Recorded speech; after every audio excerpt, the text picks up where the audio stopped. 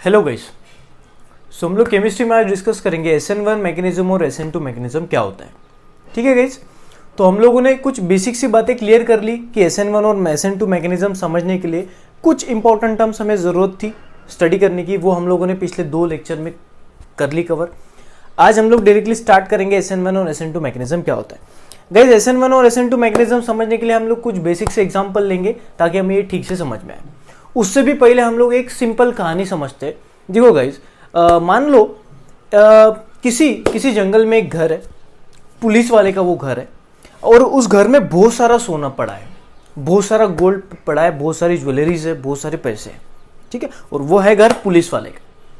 अभी ये जो पुलिस वाला है ये हर रोज 2 घंटे के लिए बाहर जाता है, हर रोज 2 घंटे के लिए बाहर जाता है ऑफिस का काम करने के लिए। और गाइस, एक आदमी मतलब एक चोर, उसे पता चल गया कि भाई एक पुलिस वाले का घर है जिसके घर में बहुत सारा सोना है और वो सोना वो लेना चाहता है, तो उसे चोरी करना पड़ेगा फिर उस घर में। बट बात यह है कि वो पुलिस वाले का घर है और पुलिस से सभी लोग डरते हैं, तो जाहिर सी बात है ये चोर भी पुलिस से डर रहा होगा। तो ये चोर सोचता है कि हम लोग इस घर में चोरी कब करें, डाका कब डालें। तो बाद में पता चल गया कि ये पुलिस वाला हर रोज 2 घंटे बाहर जाता है। तो अभी देखो, मान लो इस घर को हम लोग 2 हिसाब से देखेंगे, और ये जो हम लोग कहानी देख रहे हैं इसको कहानी को पूरी तरह से हम लोग कोरिलेट करेंगे हमारे SN1 और SN2 मैकेनिज्म के साथ। अभी वो सबसे पहले ठीक से ऑब्जर्व करता है कि घर की क्या 2 पॉसिबिलिटी हो सकती है चोरी करने की। तो सबसे पहले ये पॉसिबिलिटी कि मान लो गाइस ये घर है और इस घर में बहुत सारा सोना है। ये जो ब्लू कलर का मैं दिखा देता है ये रास्ता है। अभी सबसे पहला केस कि मान लो ये घर का सामने वाला दरवाजा है और ये घर का पिछला दरवाजा है।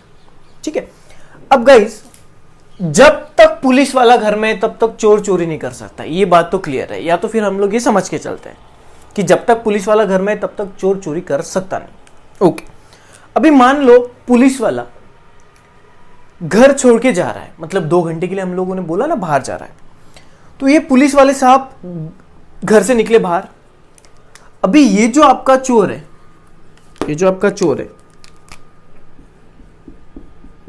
इस चोर को चोरी तो करना है, तो जाहिर सी बात है ये जब पुलिस वाला घर पे नहीं होगा तभी चोरी करेगा। अभी गाइस ये जो पुलिस वाला है, मान लो ये घर से बाहर निकला इस दिशा से, खुद का घर है तो सामने वाले रास्ते से ही निकलेगा, चोर थोड़ी है, तो सामने वाले रास्ते से निकला।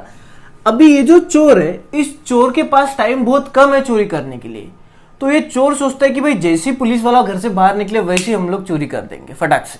ठीक है, अभी ये जो चोर है उसको घर की तरफ तो जाना है, तो अब इस दिशा से, इस डायरेक्शन से पुलिस वाला आ रहा है, तो आप बोल सकते हो यार इस डायरेक्शन से तो वो घर की तरफ जाएगा नहीं क्योंकि जंगल में एक ही घर है। बात समझ में आ रही ना? तो देखो, जिस रास्ते से पुलिस वाला जा रहा है उस रास्ते से तो चोर आएगा नहीं, तो चोर क्या डिसाइड करता है, देखो भाई ये पुलिस वाला इधर से आ रहा है, हम तो ये रास्ते से जा नहीं सकते। तो फिर सेकंड ऑप्शन क्या है? सेकंड ऑप्शन ये कि पुलिस वाला तो इस रास्ते से आ रहा है बट हम लोग ये पिछले वाले रास्ते से जाएंगे तो चलेगा क्योंकि पीछे दरवाजा है। हाँ, पीछे दरवाजा है। अभी देखो, ये एक फर्स्ट सिचुएशन कि पुलिस वाला सामने के रास्ते से जा रहा है, तो उसी टाइम चोर जो है वो पीछे के रास्ते से आके चोरी कर सकता है क्योंकि टाइम तो कम है उसके पास, फटाक से चोरी करना है। अभी ये एक पॉसिबिलिटी कि पुलिस वाला सामने से आएगा, चोर पिछले रास्ते से जाएगा। बट गाइस मान लो ये चोर पीछे के रास्ते से आया और पता चल गया कि भाई पीछे दरवाजा ही नहीं है।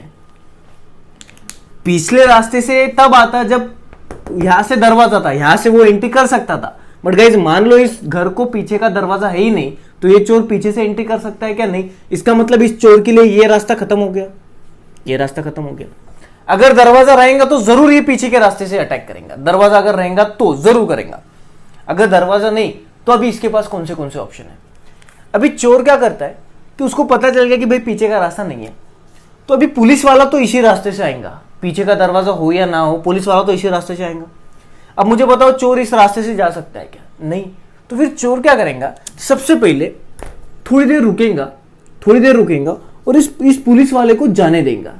जब ये पुलिस वाला चला जाएगा तब पुलिस वाला जाने के बाद ये जो चोर है ये इस रास्ते से एंटर करेगा क्योंकि दूसरा ऑप्शन तो उसके पास है ही नहीं। तो देखो, ये 2 पॉसिबिलिटी है गाइस इस कहानी में। कौन सी? कि जिस रास्ते से पुलिस वाला आ रहा है उस रास्ते से ही चोर जाएगा, बट जिस रास्ते से पुलिस वाला आ रहा है उसी रास्ते से अगर चोर को जाना है तो चोर को थोड़ी देर रुकना पड़ेगा, पुलिस वाले को जाने देना पड़ेगा, बाद में ही आएगा। या तो फिर जिस रास्ते से पुलिस वाला जा रहा है उसके अपोजिट, मतलब उल्टा पीछे वाला रास्ते से चोर जा सकता है। मतलब जैसे जैसे पुलिस वाला निकलेगा वैसे वैसे वो अंदर आएगा, बट इसके लिए पीछे का दरवाजा होना चाहिए, पीछे से एंट्री पॉसिबल चाहिए। तो होती है तो जरूर होगा, नहीं होती है तो फिर ऑप्शन कौन सा है कि पुलिस वाले को निकलने तो बाद में हम अटैक करेंगे। अभी गाइस इस कहानी को हम लोग एग्जैक्टली कोरिलेट करेंगे हमारे केमिकल रिएक्शन में। हम लोगों ने क्या किया या हम लोग क्या करने वाले हैं अभी, हेलो अल्केन में गाइस हम लोगों ने अल्किल हाइड को तो प्रिपेयर कर दिया, उसके फिजिकल प्रॉपर्टी स्टडी कर दिए। अब हम लोग क्या करने वाले हैं, अब हम लोग अल्किल हाइड से नए नए सब्सटेंस बनाने वाले हैं। तो हम लोग chemical properties, chemical reaction of alkyl hide सीखने वाले हैं। तो हम लोग लेंगे लैब में अल्किल हाइड और इसमें कोई ना कोई डालेंगे। तो जब अल्किल हाइड में किसी को ना किसी को डालेंगे तो हमें नए नए सब्सटेंस मिलने वाला है, इसका स्टडी हमको करना है। अभी सबसे पहले मैं अल्किल हाइड के पास चला गया और अल्किल हाइड को पूछा कि भाई आपको रिएक्शन तो करना है। तो अल्किल हाइड बोलता है कि देखो भाई हम 3 भाई है, हमको अगर रिएक्शन करना है तो हमारे तीनों भाइयों के साथ रिएक्शन करना पड़ेगा। भाई कौन से 3 भाई, primary alkyl hide, secondary alkyl hide और टर्शियरी अल्किल हाइड। तीनों के स्वभाव अलग अलग है भाई। तो हमारे जो तीनों लोग हैं, प्राइमरी सेकेंडरी टर्शियरी, ये तीनों के तीनों केमिकल रिएक्शन में पार्टिसिपेट करेंगे। हमने बोल दिया भाई ठीक है। अभी हम लोग इन तीनों भाइयों की केमिकल रिएक्शन को ठीक तरह से स्टडी करते हैं और उसके ऊपर से हम लोगों ने एक नया कंसेप्ट जनरेट किया, SN1 और SN2 मैकेनिज्म। ठीक है गाइस, तो आइए हम लोग समझते हैं अभी SN1 और SN2 मैकेनिज्म होता क्या है बेसिकली। ठीक है गाइस, तो एक सेकेंड, जस्ट अ मिनट, या वीडियो इज ऑन। अभी हम लोग इसको समझते हैं। अभी इस कहानी को आप भूलना मत, इस कहानी को हम लोग रेफरेंस मान के ये स्टडी करेंगे। देखिए अभी हम लोगों ने क्या किया, हम लोगों ने एक टर्शियरी अल्किल हाइड ले लिया, मान लो टर्शियरी ब्यूटाइल ब्रोमाइड ले लिया। देखो ये टर्शियरी ब्यूटाइल ब्रोमाइड है, ये कार्बन, जिस कार्बन को फंक्शन को पटाया चाहिए वो टर्शियरी। तो अभी ये नाम तो आपको पता होगा, या तो फिर आप लोग इसको IUPAC भी नाम दे सकते हो, 2-ब्रोमो 2-मिथाइल प्रोपेन, ये IUPAC नाम है। एनीवे हम लोगों ने एक टर्शियरी अल्किल हाइड ले लिया जो कि टर्शियरी ब्यूटाइल ब्रोमाइड है। इसमें हम लोग क्या करेंगे गाइस, पोटेशियम हाइड्रोक्साइड डाल देंगे, एक्वियस KOH होता है ना आपका, पोटेशियम हाइड्रोक्साइड। तो हुआ ये गाइस कि इस टर्शियरी अल्किल हाइड में हम लोगों ने जब KOH डाला तो ये जो Br दिख रहा है ना आपको, Br, ये Br हट गया और उसकी जगह OH लग गया। मतलब हमको मिल गया टर्शियरी ब्यूटाइल अल्कोहल। मतलब देखो अल्काइल हाइड से हम लोगों ने अल्कोहल बनाया। अभी अल्कोहल तो आपको पता है मेडिसिन में होता है, सैनिटाइजर में होता है, बहुत सारे लोग अल्कोहल ड्रिंक भी करते हैं, पता है ना। तो ये अल्कोहल हम लोगों ने बना दिया। तो देखो ये हो गया प्रिपरेशन ऑफ अल्कोहल। बट अभी हम लोगों को इंटरेस्ट नहीं है इस केमिकल रिएक्शन में, हम लोगों को इंटरेस्ट है मैकेनिज्म में। ये तो हम लोग केमिकल रिएक्शन में पढ़ने वाले। अभी देखो ये रिएक्शन हुआ कैसे। सबसे पहले हम लोग ये जानते हैं कि ये जो रिएक्शन है ये एडिशन है या सब्स्टिट्यूशन है। तो गाइस ये वाले रिएक्शन को हम लोग आगे जाके नाम देने वाले हैं अल्कलाइन हाइड्रोलिसिस। अभी मैंने जस्ट लिख दिया, बेसिकली अल्कलाइन हाइड्रोलिसिस होता है। तो इस रिएक्शन को हम लोग किस तरह से रीड करेंगे कि टर्शियरी ब्यूटाइल ब्रोमाइड का या तो फिर अल्काइल हैलाइड का हम लोगों ने अल्कलाइन हाइड्रोलिसिस किया और हमको अल्कोहल मिल गया। क्या क्या क्या, ये जो अल्काइल हैलाइड है, इस अल्काइल हैलाइड का हम लोगों ने अल्कलाइन हाइड्रोलिसिस किया और हम लोगों को क्या मिल गया, अल्कोहल। तो चलो एक बात सामने आई कि जब कभी भी आप अल्काइल हैलाइड का अल्कलाइन हाइड्रोलिसिस करते हो तो आपको अल्कोहल मिलता है। बट इसके 3 भाई है, प्राइमरी, सेकेंडरी, टर्शियरी। तो देखो बड़ा सिंपल सा है, मैं आप बस अभी बोल रहा हूं, आपको समझाऊंगा मैं केमिकल रिएक्शन में, क्योंकि आपको अभी SN1 मैकेनिज्म समझना है। उसके लिए हम लोगों ने बस एक एग्जांपल उठाया। देखो प्राइमरी अल्किल हाइड का अल्कलाइन हाइड्रोलिसिस करोगे तो प्राइमरी अल्कोहल मिलेगा, सेकेंडरी अल्काइल हैलाइड का अल्कलाइन हाइड्रोलिसिस करोगे तो सेकेंडरी अल्कोहल मिलेगा, और टर्शियरी अल्काइल हैलाइड लोगे तो टर्शियरी अल्कोहल मिलेगा। ये बात बड़ा सिंपल है, ठीक है। अभी ये जो रिएक्शन हुआ ये एडिशन रिएक्शन था या सब्स्टिट्यूशन रिएक्शन था, ये हम लोग समझ लेते हैं। तो देखो हुआ ये गाइस कि इस वाले रिएक्शन में ये जो Br है, ये Br निकल के इसकी जगह OH आया। तो ऐसे इस टाइप की रिएक्शन को तो हम लोग सब्स्टिट्यूशन बोलते हैं ना। इस टाइप की रिएक्शन को तो हम लोग सब्स्टिट्यूशन बोलते हैं कि किसी कंपाउंड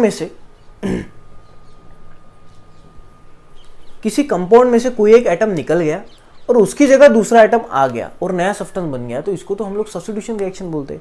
एडिशन रिएक्शन तब होती जब इसमें से कोई नहीं निकलता फिर भी इसमें कुछ ऐड होता, तो वो एडिशन रिएक्शन होती। अभी फिलहाल ये तो सब्स्टिट्यूशन रिएक्शन है, ओके। बेसिक ऑफ केमिस्ट्री में हम लोगों ने 2 तरह के सब्स्टिट्यूशन रिएक्शन देखे थे, सॉरी 3 तरह के substitution reaction, electrophilic substitution, nucleophilic substitution और फ्री रेडिकल सब्स्टिट्यूशन। देखो ऐसा सब्स्टिट्यूशन रिएक्शन जो इलेक्ट्रोफाइल के अटैक करने से हो रहा है उसको इलेक्ट्रोफिलिक सब्स्टिट्यूशन बोल दो। ऐसा सब्स्टिट्यूशन रिएक्शन जो न्यूक्लियोफाइल के अटैक से हो रहा है उसको न्यूक्लियोफिलिक सब्स्टिट्यूशन बोल दो। और ऐसा सब्स्टिट्यूशन रिएक्शन जो फ्री रेडिकल के अटैक से हो रहा है उसको फ्री रेडिकल सब्स्टिट्यूशन बोल दो। ये बेसिक्स इजी लैंग्वेज में हम लोगों ने देखा था। अभी ये वाला कौन सा सब्स्टिट्यूशन रिएक्शन है ये हम लोग मैकेनिज्म से समझते हैं। चले आइए, अभी हुआ ये गाइस कि आपका जो KOH है, पोटेशियम हाइड्रोक्साइड, इसको अगर आप देखोगे तो ये दिखने में इस तरह से दिखता है, K के ऊपर पॉजिटिव और OH के ऊपर नेगेटिव। जैसे आपका NaCl होता है, सबको पता है, Na के ऊपर पॉजिटिव और Cl के ऊपर नेगेटिव। ठीक है, अभी मुझे बताओ, ये तो सॉल्वेंट का तो काम कर रहा है। अभी केमिस्ट्री में सॉल्वेंट क्या होता है ये हम लोग सॉल्यूशन एंड कोलिगेटिव प्रॉपर्टी में देख लिए, सॉल्वेंट पता है ना। तो देखो ये KOH जो है ये सॉल्वेंट का काम कर रहा है। अब ये जो सॉल्वेंट है ये किस तरह का सॉल्वेंट है आपका, पोलर या नॉन पोलर? तो देखो गाइस ये पोलर सॉल्वेंट है। क्यों इसको हम लोग पोलर सॉल्वेंट बोल रहे हैं? कि किसी भी सब्सटेंस के ऊपर अगर गाइस पोल्स जनरेट होते हैं, किसी भी कंपाउंड में अगर पोल्स जनरेट होते हैं, पोल्स मतलब चार्ज, पॉजिटिव या नेगेटिव, तो वो कंपाउंड पोलर होता है। अगर किसी कंपाउंड में पोल जनरेट नहीं होते तो वो नॉन पोलर होता है। जैसे मान लो guys Cl bond Cl, chlorine gas, इसके दोनों इलेक्ट्रॉन बीच में, तो ना तो इसके ऊपर चार्ज है ना तो इसके ऊपर चार्ज है, कोई चार्ज ही नहीं। तो ये कंपाउंड कैसा है गाइस, नॉन पोलर, क्योंकि पोल ही नहीं है। पर आपका जो KOH है वो किस तरह का है, पोलर है। चलो चलो ये बात तो समझ गए हमको, पोलर है। अभी गाइस ये जो आपका KOH है, ये KOH बेसिकली 2 चीजें प्रोड्यूस कर रहा है, K पॉजिटिव और OH नेगेटिव। क्या जनरेट कर रहा है, K पॉजिटिव और OH नेगेटिव। अभी होता ये है गाइस, जब आप टर्शियरी अल्काइल हैलाइड में KOH डालते हो तो उस KOH में का जो आपका OH नेगेटिव आयन है, ये OH नेगेटिव आयन क्या करता है, आपके इस वाले कंपाउंड के ऊपर अटैक करता है। ये जो OH नेगेटिव आयन है, अभी इसके ऊपर नेगेटिव चार्ज है गाइस, तो इसको मैं न्यूक्लियोफाइल बोल सकता हूं। तो ये जो न्यूक्लियोफाइल है ये आपके टर्शियरी अल्काइल हैलाइड पे अटैक करता है। मतलब उसी तरह जैसे घर में चोर ने अटैक किया था, अभी ये जो चोर है, ये चोर का काम आपका OH नेगेटिव आयन करेगा और घर का काम आपका अल्काइल हैलाइड करेगा। अभी हम लोग देखते हैं कि पुलिस कौन है, हम लोग देखते हैं पुलिस कौन है। चलिए आइए समझते हैं। तो ये हम लोगों ने निकाल दिया CH3 bond C bond CH3 bond CH3 bond Br, और इस पे अटैक करने वाला है भाई अभी वो चोर। चोर चोर चोर को हम लोग ब्लैक कलर से दिखाते हैं क्योंकि कारनामे में ही सारे काले होते हैं चोरों के। बात बरोबर है ना, सब काम काले होते हैं चोरों के, सब ब्लैक काम करते हैं, साले गलत काम करते हैं, इसलिए ब्लैक कलर से हम लोग चोर को रिप्रेजेंट करेंगे। अब पुलिस को किस कलर से रिप्रेजेंट करना वो आप देख लो, नहीं तो फिर गलत पेन इस्तेमाल कर दूंगा, पुलिस वाला देख लेगा वीडियो, भाई उल्टा असर हो जाएगा। तो रहने दो भाई, पुलिस वाले के ऊपर ज़्यादा बात करेंगे नहीं हम लोग। एनीवे, अभी यहाँ पे पुलिस का जो काम कर रहा है ना, ये काम कर रहा है पुलिस का, कहानी है बस, और कुछ नहीं। अभी हुआ ये कि जैसे सर चोर को उस घर में क्या चाहिए, सोना चाहिए। अभी ये चोर है, ये इसके ऊपर अटैक सबसे पहले क्यों करेंगे भाई? सबसे पहले हम लोग बोलते हैं कि ये जो आदमी है OH नेगेटिव आयन, ये न्यूक्लियोफाइल है, बट ये इसके ऊपर क्यों अटैक करेंगे सर, जरूरत क्या है? तो देखो सबसे पहली बात, OH के ऊपर नेगेटिव चार्ज है तो ये तो अनस्टेबल है। किसी के सर के ऊपर पॉजिटिव या नेगेटिव आता है तो वो अनस्टेबल होता है, ये बात तो हमको पता है। तब इसके ऊपर नेगेटिव चार्ज है, इसका मतलब न्यूक्लियोफाइल, और न्यूक्लियोफाइल ये एक ऐसे आयन्स होते हैं जो इलेक्ट्रॉन डोनेट करना चाहते हैं, क्योंकि जब इलेक्ट्रॉन डोनेट करेंगे तभी तो सर के ऊपर का नेगेटिव चार्ज हट जाएगा। तो ये क्या सोचते हैं कि भाई हमको ऐसा एलिमेंट चाहिए जो भाई बहुत गरीब है इलेक्ट्रॉन के मामले में, क्योंकि हम लोग उसको इलेक्ट्रॉन दे सकेंगे। अगर गरीब है तो हम लोग इलेक्ट्रॉन देंगे, अमीर है तो क्यों देंगे, ठीक है ना। अब मुझे बताओ चोर और पुलिस का नाता किस तरह से होता है? बिल्कुल रिपेल ईच अदर। अरे भाई चोर पुलिस के हमेशा दूर भागना चाहता है या पास आना चाहता है, दूर भागना चाहता है। अभी इसको मैंने पुलिस क्यों बोल दिया? अगर गाइज आप Br को देखोगे तो इसके आउटर मोस्ट शेल में, बच्चों Br के अगर आउटर मोस्ट शेल में आप देखोगे तो 7 इलेक्ट्रॉन होते हैं या नहीं, और एक कार्बन का ये 4, तो बेसिकली एक इलेक्ट्रॉन शेयर करके ये बॉन्ड बन गया था, ये बॉन्ड बन गया था। तो देखो अगर आप देखोगे तो Br के आउटर मोस्ट शेल में 3 लोन पेयर है, 3 लोन पेयर, मतलब भाई इलेक्ट्रॉन ही इलेक्ट्रॉन। तो मुझे बताओ इसके ऊपर नेगेटिव है, इसकी ये भी इलेक्ट्रॉन का क्लाउड है, तो क्लाउड तो एक में के ऊपर रिपेल करेंगे। तो कभी भी न्यूक्लियोफाइल इलेक्ट्रॉन को पसंद नहीं करता, या जिसके पास ज्यादा इलेक्ट्रॉन है उसको पसंद नहीं करता। सुन लो बात, कभी भी मैंने इलेक्ट्रोफाइल बोल दिया, माफ करना। कभी भी न्यूक्लियोफाइल उस एटम को पसंद नहीं करता जिस एटम पे ऊपर नेगेटिव चार्ज होगा, या तो फिर जिस एटम के पास बहुत सारे लोन पेयर होंगे, उस एटम को कभी भी न्यूक्लियोफाइल पसंद नहीं करता। क्यों? क्योंकि भाई मेरा नेगेटिव, तेरा नेगेटिव, नेगेटिव तो थोड़ी ना जमने वाला है। न्यूक्लियोफाइल उस वाले एटम को पसंद करता है जिस वाले एटम के ऊपर पॉजिटिव चार्ज है, या तो फिर इलेक्ट्रॉन की डिफिशियंसी है, इलेक्ट्रॉन की कमतरता है, तो उसके पास वो जाना चाहता है। आपको बात समझ में? तो बेसिकली उस कहानी को हम लोग कोरिलेट करेंगे तो हमारे लिए बेसिकली पुलिस वाला जो हो जाएगा गाइस, वो हो जाएगा आपका बीआर, और ये चोर। अभी बात को समझो, अभी ये कार्बन बीआर के बीच में जो बॉन्ड है, तो गाइस ये तो 2 इलेक्ट्रॉन है, दोनों के दोनों इलेक्ट्रॉन बीआर ने अपने पास खींच लिए। क्यों? क्योंकि जो बीआर है गाइस वो पावरफुल है इलेक्ट्रॉन के खींचने के मामले में, जिसको हम लोग इलेक्ट्रोनेगेटिविटी बोलते हैं। तो बीआर का इलेक्ट्रोनेगेटिविटी होने के कारण ये दोनों इलेक्ट्रॉन इस पे। अभी कार्बन बड़ा इलेक्ट्रॉन की कमी महसूस कर रहा है, क्योंकि यार देख यार, पहले तो बात हुई कि एक इलेक्ट्रॉन शेयर कर लेंगे, बीआर ने हाथ तो बढ़ाया दोस्ती के लिए, बट यार दोनों के दोनों इलेक्ट्रॉन अपने पास लेके चला गया। अभी बॉन्ड तो टूटा नहीं, बट यार दोनों के दोनों इलेक्ट्रॉन अपने पास लग गए, उसका पावर ज्यादा है, मैं कुछ कर भी नहीं पा रहा हूं।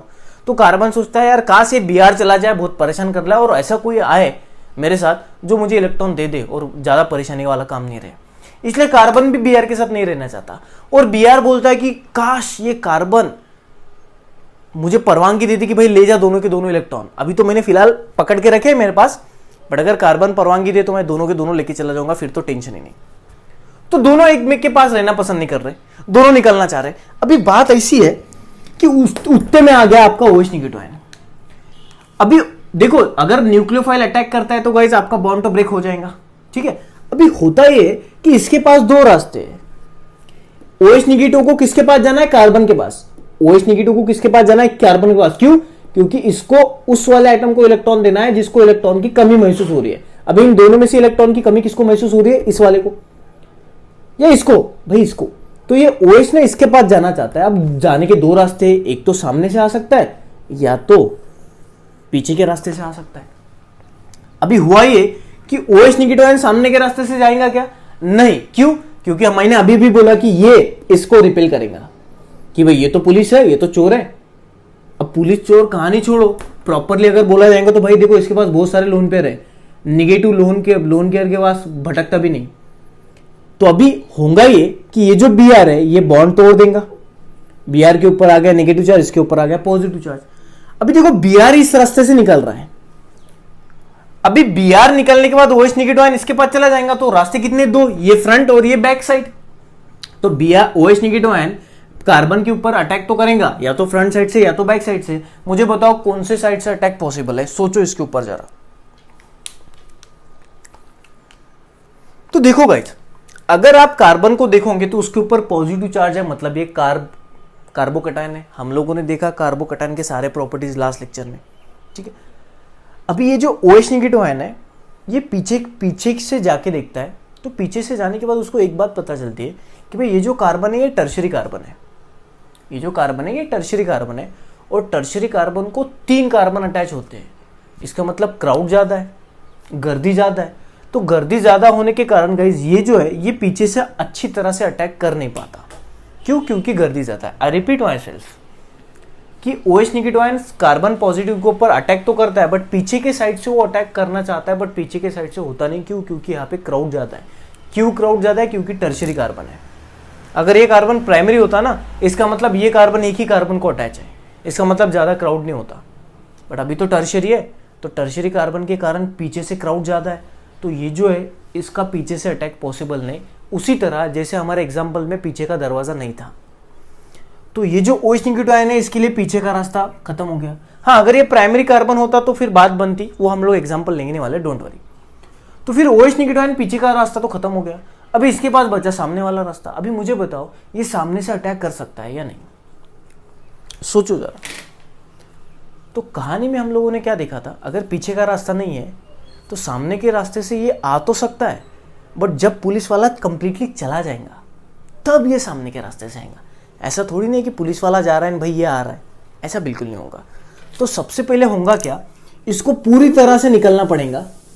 चला गया, अब जाके गाइज आपका OH न्यूक्लियोटाइड इसके ऊपर अटैक करेगा और अटैक करने के बाद फिर बाद में बनाएगा OH। बात समझ में आ रही है आपको? बात समझ में आ रही है? तो इस तरह से ये मैकेनिज्म था। अभी इस मैकेनिज्म को हम लोग ठीक तरह से लिखते हैं, ठीक है? चलिए आइए समझते हैं। अभी इस मैकेनिज्म को हम लोग समझते हैं। तो देखो मैकेनिज्म गाइस 2 स्टेप में हुआ। 2 स्टेप में कैसे हुआ देखो। सबसे पहला वाला स्टेप में क्या हुआ, कार्बन से Br निकल गया, ये पहला स्टेप। और दूसरा स्टेप निकलने के बाद OH आया। इस तरह से 2 स्टेप में ये रिएक्शन हुआ। तो मैकेनिज्म का जो फर्स्ट स्टेप है, अभी ये अल्किल लाइट छोड़ दो, अभी हम लोग मैकेनिज्म देख रहे हैं जिसमें जो फर्स्ट स्टेप है वो क्या है, आपका जो कंपाउंड है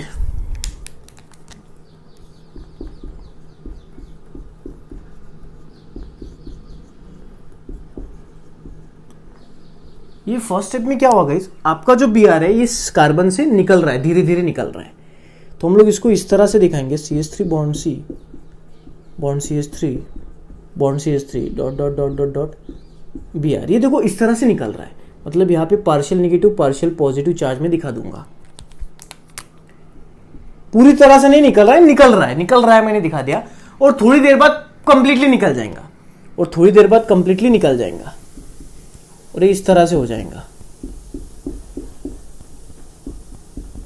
तो थोड़ी देर बाद कंप्लीटली निकल गया, मतलब ये बॉन्ड पूरी तरह से ब्रेक हो गया। तो मुझे बताओ कार्बन के ऊपर कौन सा चार्ज आ गया, पॉजिटिव।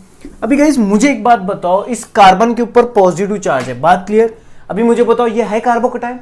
और आपने अगर लास्ट लेक्चर देखे होंगे तो हम लोगों ने देखा था कि जो भी कार्बोकैटायन होता है अल्काइल ग्रुप में का, उसका ज्योमेट्री क्या होता है, ट्राइगोनल प्लेनर। उसका ज्योमेट्री क्या होता है, ट्राइगोनल प्लेनर। मतलब वो किस तरह से दिखता है, इस तरह से। ये हम लोगों ने देखा था, मैंने आपको एक्सप्लेन भी किया। तो मुझे बताओ इस वाले कंपाउंड को मैं इस तरह से निकालूं,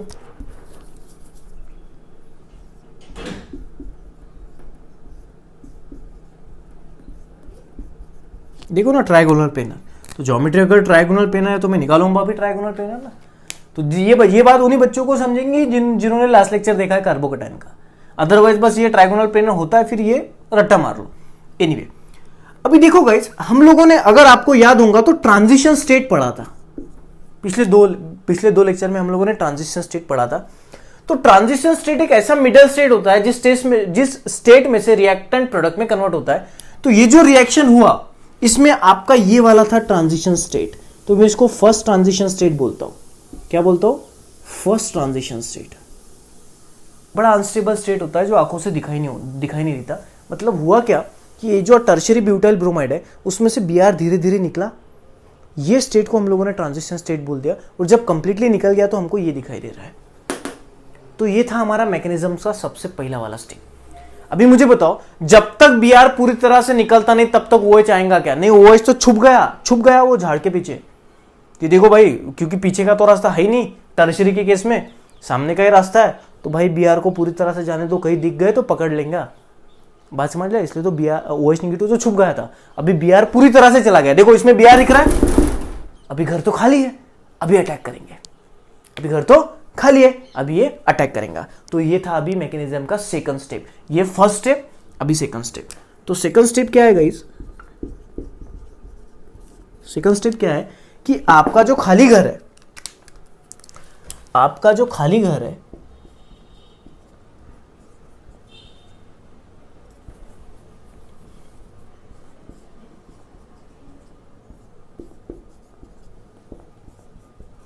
ये जो आपका खाली घर है, इस खाली घर के ऊपर अभी अटैक कौन करने वाला है? अटैक करने वाला है ये आपका चोर, मतलब OH negative ion. Negative charge इसलिए लोन पे भी दिखा सकता हूं, नहीं दिखाया तो भी चलेगा। अटैक कौन करने वाला है? चोर।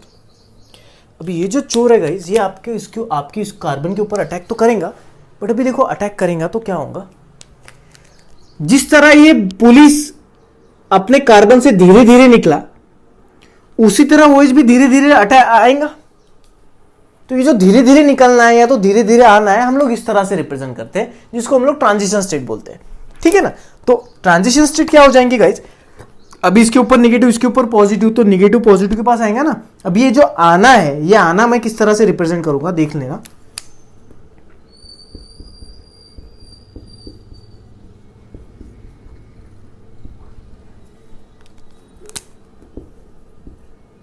Partial negative partial positive. देखो बी सॉरी देखो OH नेगेटिव आयन कार्बन के पास धीरे धीरे आ रहा है।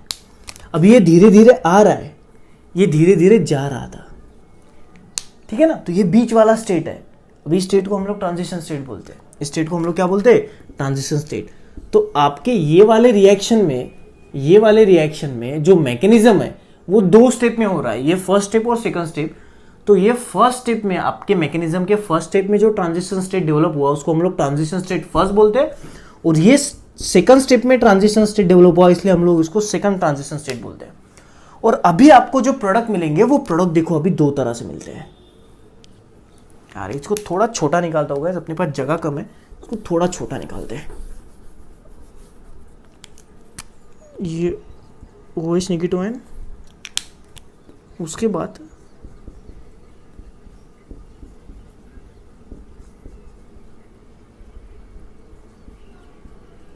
पार्शियल नेगेटिव पार्शियल पॉजिटिव, इसको हम लोगों ने बोल दिया ट्रांजिशन स्टेट सेकंड, ठीक है।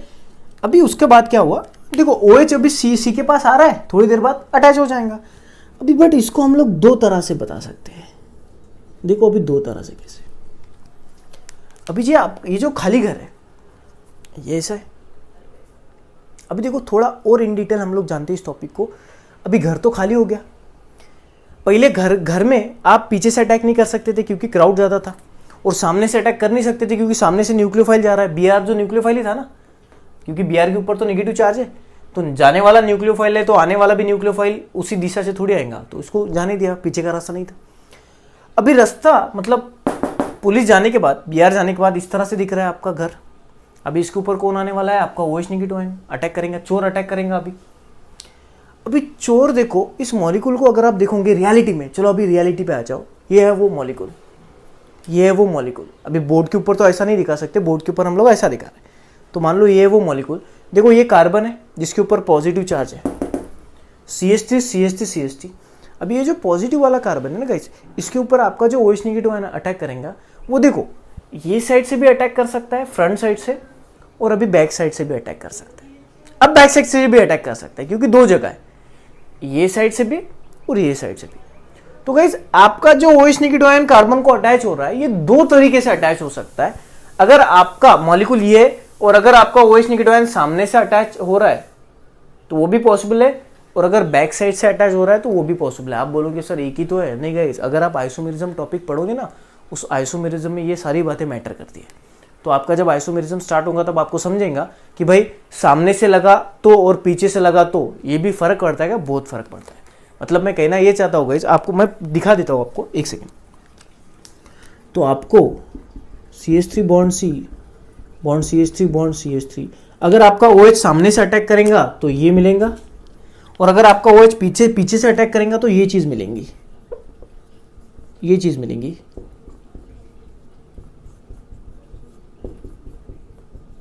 देखो मैंने पीछे से दिखा दिया OH का अटैक, पीछे से अटैक किया, चलो इसको OH बोल देते। आप बोलोगे सर ये भी तो टर्शियरी ब्यूटाइल अल्कोहल है और ये भी तो टर्शियरी ब्यूटाइल अल्कोहल है, दोनों तो सेम है, बस इसको आपने उल्टा किया। नहीं, उल्टा नहीं लिखा।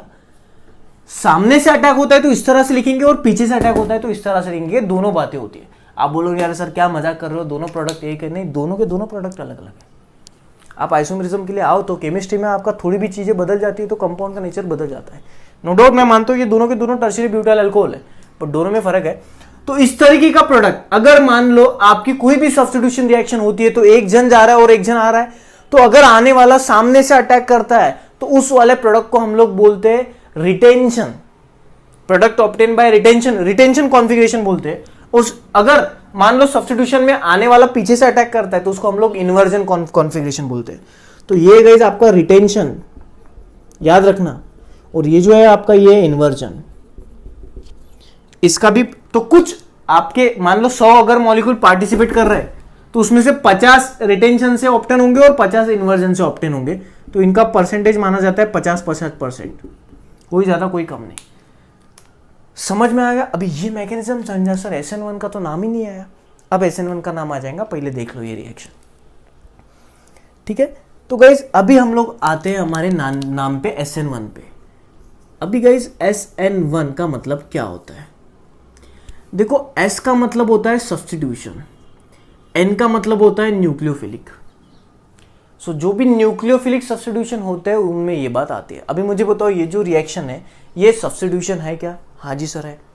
न्यूक्लियोफिलिक सब्स्टिट्यूशन है क्या? हाँ जी है। अभी न्यूक्लियोफिलिक सब्स्टिट्यूशन की भी दो दुनिया होती है, उसमें से एक दुनिया हम लोगों ने अभी देखी, देखो क्या है। ऐसी न्यूक्लियोफिलिक सब्स्टिट्यूशन रिएक्शन गाइस, उस न्यूक्लियोफिलिक सब्स्टिट्यूशन की जो स्पीड है वो किसी एक ही सब्सटेंस के ऊपर डिपेंड करती है। उस तरह की न्यूक्लियोफिलिक सब्स्टिट्यूशन रिएक्शन को हम लोग SN1 बोलते हैं। अभी ये वन स्टैंड फॉर वन। अभी ये वन क्यों आया, चलिए हम लोग देखते हैं। अभी गाइस हुआ ये, अभी मुझे बताओ चोरी का तेजी से होना किसके ऊपर डिपेंड? अभी हम लोग ये मानते हैं, चलो अभी देखो चोरी कितने जल्दी होंगी ये किसके ऊपर डिपेंड है। मैं फिर से बोल रहा हूं, चोरी किसके ऊपर जल्दी होंगी ये किसके ऊपर डिपेंड है। आप बोलोगे सर चोर के ऊपर नहीं। अभी देखो चोर तो सुबह से बैठा हुआ था पेड़ के पीछे, अभी जब तक पुलिस बाहर निकलेगा नहीं तब तक तो चोर अटैक नहीं। चोर तो बहुत चाहता है कि यार मैं बहुत फटाक से अटैक करूं, चोर तो बहुत चाहता है, बट चोरी चोर के ऊपर डिपेंड ही नहीं कर रही। क्यों? क्योंकि चोर तो कब से खड़ा है पेड़ के पीछे। अभी जब तक पुलिस निकलेगा नहीं तब तक तो चोर आएगा नहीं। तो देखो चोरी किसके ऊपर डिपेंड हो रही है, पता है क्या? पुलिस के निकलने के ऊपर।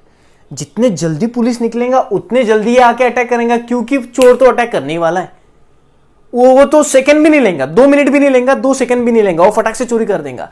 बट गाइस आपकी जो रिएक्शन की स्पीड है वो मतलब आपकी जो चोरी होने की स्पीड है वो किसके ऊपर डिपेंड करती है? ये तो पुलिस के ऊपर डिपेंड करती है। मान लो हम लोग एक मूवी देख रहे हैं, वो मूवी बस इसी कहानी के ऊपर है। अभी वो मूवी जो मूवी है वो उसका टाइम किसके ऊपर डिपेंड करेगा? देखो चोर तो 1 सेकंड में काम कर रहा है और पुलिस को निकलने में लग रहा है टाइम मान लो 1 घंटा, तो ये हो गया 1 घंटा 1 सेकंड का मूवी। अभी ये जो मूवी है ये मूवी का टाइम किसके ऊपर डिपेंड कर रहा है? चोर की चोरी के ऊपर नहीं, ये तो डिपेंड कर रहा है पुलिस के निकलने के ऊपर। अगर पुलिस का निकलने का टाइम कम तो फटाक से चोरी होंगी, निकलने का टाइम ज्यादा तो चोरी देरी में होगी। आई मीन टू से गाइस, अभी हमारे रिएक्शन में आ जाओ। ये जो रिएक्शन है इस रिएक्शन का स्पीड किसके ऊपर डिपेंड है? तो देखो हमारा जो चोर है OH निगेटिव आयन, ये तो बैठा है पेड़ के पीछे। अब आपको पता है जब तक Br निकलेगा नहीं तब तक OH आ नहीं सकता, क्योंकि पीछे का रास्ता नहीं है, क्योंकि ये टर्शियरी है, पीछे क्राउड है। तो आपका जो OH आ रहा है ये तो रेडी है, बट भाई जितने जल्दी Br निकलेगा उतना जल्दी OH आएगा ना। अभी ये जो Br का निकलना है और ये घर खाली कर देना है, इस वाले रिएक्शन के ऊपर आपका स्पीड डिपेंड है। इसलिए इस वाले स्टेप को हम लोग बोलते हैं RDS का मतलब होता है रेट डिटरमाइनिंग स्टेप। इसका मतलब होता है RDS। अभी मुझे बताओ, मैं एक एग्जांपल दे देता हूं आपको, मान लो मुझे अकोला से पूना जाना है। देख लेना, मुझे अकोला से पूना जाना है। अभी अकोला से पूना जाने के लिए मैं अकोला से औरंगाबाद मैं जा रहा हूं 2 व्हीलर से, और औरंगाबाद से पूना जा रहा हूं एरोप्लेन से। अभी देखना, मुझे तो अकोला से पूना जाना है और अकोला से पूना जाने में टाइम कितना लगता है किसके ऊपर डिपेंड है, हमको जानना है। तो अभी मैं अकोला से जब औरंगाबाद जाऊंगा तो वो 2 व्हीलर से जाऊंगा, उसको लग रहा है मान लो 5 घंटे, और औरंगाबाद से पूना जा रहा हूं वो एरोप्लेन से जा रहा हूं मान लो 5 सेकंड में जा रहा हूं, मान तो लो। अभी मुझे बताओ अकोला से पूना जाने के लिए आपको टाइम जितना भी लगा वो किसके ऊपर डिपेंड है? अकोला से औरंगाबाद जाने के ऊपर डिपेंड है या औरंगाबाद से पूना के ऊपर जाना डिपेंड है? आप बोल दोगे सर औरंगाबाद तो पूना 2 सेकंड में जा रहे हैं। अभी बात यह है कि अकोला से औरंगाबाद कितने जल्दी जाते हो उसके ऊपर डिपेंड है आपका अकोला से पूना में जाने का टाइम। क्यों? क्योंकि औरंगाबाद से तो पूना जल्दी जा रहे ना। तो देखो उसी तरह उस एग्जाम्पल को हम लोग मानते हैं कि जो Br कार्बन से निकल रहा है, अभी इसका निकलना जितना जल्दी या उतना लेट उसके ऊपर ही पूरा रिएक्शन का स्पीड डिपेंड करेगा। क्यों? क्योंकि इसके निकलने के बाद न्यूक्लियोफाइल तो फटाक से अटैक करके अपना काम कर देगा ना। ये तो बस खाली बैठा है, कब आओ और कब अटैक करूं, बट ये तो बस वेट कर रहा है, राह देख रहा है कि कब Br निकलेगा। तो देखो ये जो Br का निकलना है गाइस, ये अगर स्लोली होगा तो आपकी रिएक्शन की स्पीड भी स्लोली होगी, आपकी रिएक्शन स्लो होगी। अगर Br के निकलने का स्पीड तेजी से है तो आपकी रिएक्शन भी फास्ट होगी, क्योंकि ये फटाक से निकलेगा, OH फटाक से अटैक कर देगा। तो इस वाले रिएक्शन का जो रेट है, रेट ऑफ रिएक्शन क्या होता है? हम लोगों ने लास्ट लेक्चर में सबसे लास्ट टर्म देखी थी, याद है ना आपको? Speed of chemical reaction. मुझे बताओ ये डायरेक्टली प्रोपोर्शनल किन किन के ऊपर है? KOH के ऊपर डिपेंड है या इसके ऊपर डिपेंड है? दो है ना केमिकल रिएक्शन में पार्ट, ये और ये। तो देखो इस केमिकल रिएक्शन का स्पीड KOH के ऊपर तो डिपेंड ही नहीं। इस केमिकल रिएक्शन की जो स्पीड है वो इसके ऊपर डिपेंड है। ये कितने जल्दी Br को लूज करता है, तो इस केमिकल रिएक्शन का जो स्पीड है वो किसके ऊपर डिपेंड है? ये इसके ऊपर, CH3 बॉन्ड Br, मतलब एक ही आदमी के ऊपर डिपेंड है। तो इस वाले केमिकल रिएक्शन का स्पीड एक ही आदमी के ऊपर डिपेंड है, इसीलिए इस वाले न्यूक्लियोफिलिक सब्स्टिट्यूशन रिएक्शन को हम लोग यूनी मतलब यूनी डिपेंडेंट, एक ही मॉलिक्यूल के ऊपर डिपेंड हो रहा है, इसलिए हम लोग इसको SN1 बोलते हैं, SN2 नहीं बोलते। कुछ लोग बोलते हैं कि भाई ये जो रिएक्शन है ये 2 स्टेप में हुआ इसलिए इसको SN2 बोल दो। गलत, वो जो 2 और 1 है वो किसके लिए स्टैंड हो रहा है? ये जो 1 का मतलब होता है SN1 का, S और N किसके लिए होता है तो बोल दिया। 1 हम लोग किसके लिए रहते हैं कि इस वाले केमिकल रिएक्शन का रेट कितने लोगों के ऊपर डिपेंड है। अगर एक लोग के ऊपर डिपेंड है तो इसको 1 बोल दो, 2 लोगों के ऊपर डिपेंड है तो उसको 2 बोल दो। ये नहीं कि कितने स्टेप में हो रहा है। तो देखो बड़ा कंफ्यूजिंग वाला पार्ट है कि नाम तो SN1 है बट हो 2 स्टेप में रहा है। नाम तो SN1 है बट हो 2 स्टेप में रहा है। अभी ये 1 क्यों लिया? 2 स्टेप पे इसलिए नहीं लिया, एक सब्सटेंस के ऊपर डिपेंड है इसीलिए। तो guys SN1 reaction is carried in 2 step not 1 step. ये गलती कर देते बच्चे, 1 है इसलिए बोल देते 1 स्टेप है। नहीं, ये तो 2 स्टेप में होता है, बट इसका स्पीड यूनिमोलिकुलर है। इसका जो स्पीड है यूनिमोलिकुलर मतलब एक ही मॉलिक्यूल के ऊपर डिपेंड है, इसलिए हम लोग इसको SN1 मैकेनिज्म बोलते हैं। तो मुझे बताओ ये जो न्यूक्लियोफिलिक सब्स्टिट्यूशन रिएक्शन है इसका रेट कितने स्पेसिस पे डिपेंड था? 1 स्पेस पे, इसलिए इसको बोल दिया SN1। कितने स्टेप में होता है सर? 2 स्टेप में। SN1 मैकेनिज्म में कितने ट्रांजिशन स्टेट होते हैं? 2 ट्रांजिशन स्टेट, ये और ये हम लोगों ने देख लिया SN1 मैकेनिज्म गाइस। अभी इसी तरह SN2 मैकेनिज्म भी है, बट हम लोगों ने SN1 पहले देख लिया और उसके ऊपर पे हम लोग कुछ पॉइंट डिस्कस करते हैं। चलिए सबसे पहला point, it is a 2 step mechanism. बिल्कुल सही बात है सर, समझ में आया।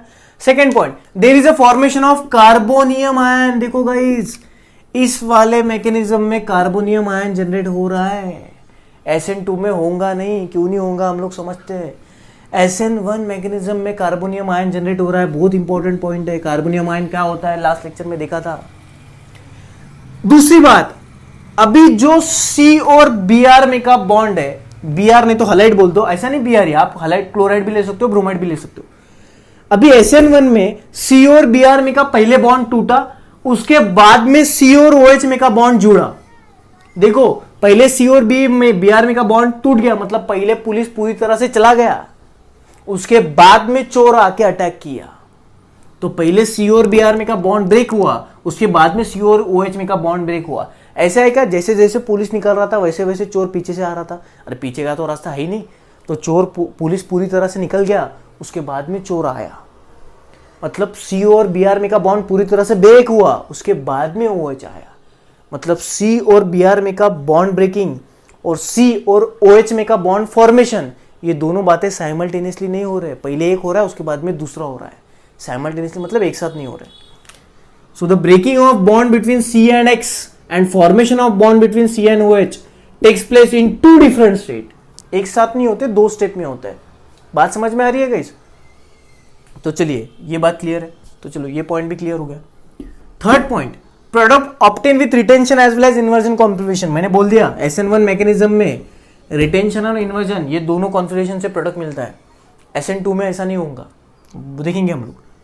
Next, it is favoured by polar solvent. देखो मैंने आपको बोल दिया था कि OH पोलर है, तो ये रिएक्शन पोलर सॉल्वेंट के फेवर्ड में होता है, ठीक है, क्योंकि पोलर सॉल्वेंट बेसिकली आयोनाइज होने में अल्किल लाइट को हेल्प करता है, बाकी कुछ नहीं।